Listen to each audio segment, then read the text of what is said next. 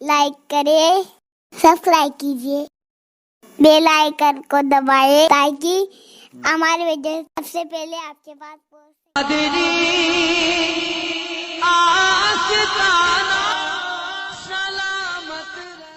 फिर इमाम ज़ैनुल आबिदीन जब मदीने मुनव्वरा पहुंचे तो मदीने मुनव्वरा जाने के बाद आप सिर्फ रोते रहे। उसके बाद पूरी जिंदगी आपने कभी ठंडा पानी नहीं पिया, कभी ठंडा पानी नहीं पिया, आंसू नहीं थमते थे, रोते थे। एक दिन किसी ने पूछा कि आप बहुत रोते हैं, आपकी आंखों में आंसू बहुत है। तो आपने जवाब दिया था कि क्यों ना रोऊं, कि जो याकूब अलैहिस्सलाम थे उन्होंने तो एक यूसुफ खोया था। एक यूसुफ खो करके वो इतना रोए थे कि उनकी आंखें सफ़ेद हो गई थी। मैंने एक नहीं, मैंने तो 19 अपने ख़ानदान को, अपने ख़ानदान के 19 अफराद को अपनी निगाहों के सामने शहीद होते और उनकी लाशों पे घोड़े दौड़ते देखें, मैं क्यों ना रोऊं। एक बार इमाम ज़ैनुल आबिदीन के छोटे बेटे हज़रत इमाम ज़ैद ने अपने बड़े भाई इमाम मोहम्मद बाक़िर से पूछा कि भैया, बाबा को जब देखो वो रोते रहते हैं, क्यों इतना रोते हैं।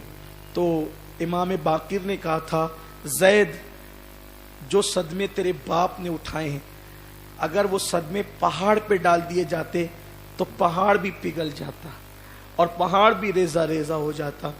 ये इमाम ज़ैनुल आबिदीन का हाल था। आप लोगों से बहुत कम बातें करते थे, बहुत मुख्तसर बातें करते थे और आप अपनी अक्सर आमदनी का हिस्सा मदीने मुनव्वरा के गरीबों में खर्च करते थे। हत्ता कि रात में जब मदीने के गरीब सो जाते तो आप अपने पीठ पर अनाज और सामान लाद कर चुपके से उन गरीबों के घर पे डाल कर आते और उस पर चिट्ठी लगा देते कि ये चोरी का या लूट मार का कोई माल नहीं है, तुम्हारा ये हक है और एक अल्लाह के बंदे की तरफ से ये तुम्हें दिया जाता है। चूँकि आपको खौफ था कि मदीने वाले अब भी इतने नेक हैं कि अपने आंगन में ये पड़ा हुआ पाकर सोचेंगे कोई मुसाफिर छोड़ तो नहीं गया, तो वहाँ चिट्ठी डाल दी जाती कि ये तुम्हारा हक है। तो लोग ढूंढते कि आखिर ऐसा मदीने के गरीबों का कौन गमगुसार है कि जो हमारे साथ इतना बेहतरीन सलूक करता है। आखिरकार इमाम ज़ैनुल आबिदीन की ज़िंदगी लोगों को रास न आई और लोगों ने फिर एक धोखा किया कि इमाम ज़ैनुल आबिदीन को भी जहर दिया। बदबख्तों ने उनको भी जहर दिया। ख़ानदान नबूवत की दास्तान खून से रंगीन है, शहादत से भरपूर है।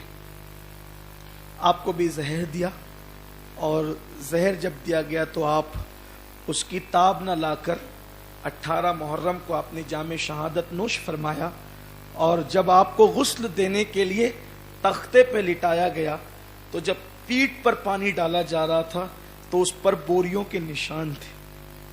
तो ख़ानदान नबूवत के शहजादों से पूछा गया कि इमाम ज़ैनुल आबिदीन तो करबला के बाद बाहर निकलते हुए बहुत कम देखे गए, तो ये पीठ पे निशानात तो बोरियों के मजदूरों की पीठ पे होते हैं, ये निशान कैसे हैं।